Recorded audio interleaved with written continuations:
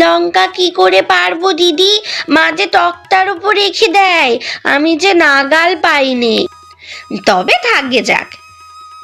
খিড়কির দোর ঝনাত করিয়া খুলিবার শব্দ হইল এবং একটু পরেই সর্বজয়ার গলা শোনা গেল, দুর্গা, ও দুর্গা। মায়ের ডাক কানে গেলেও দুর্গার এখন উত্তর দেবার সুযোগ নাই, মুখ ভর্তি।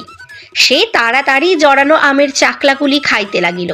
এখনো অনেক অবশিষ্ট আছে দেখিয়া কাঁঠাল গাছটার কাছে সরিয়া গিয়া গুড়ির আড়ালে দাঁড়াইয়া সেগুলি গোগ্রাসে গিলিতে লাগিল।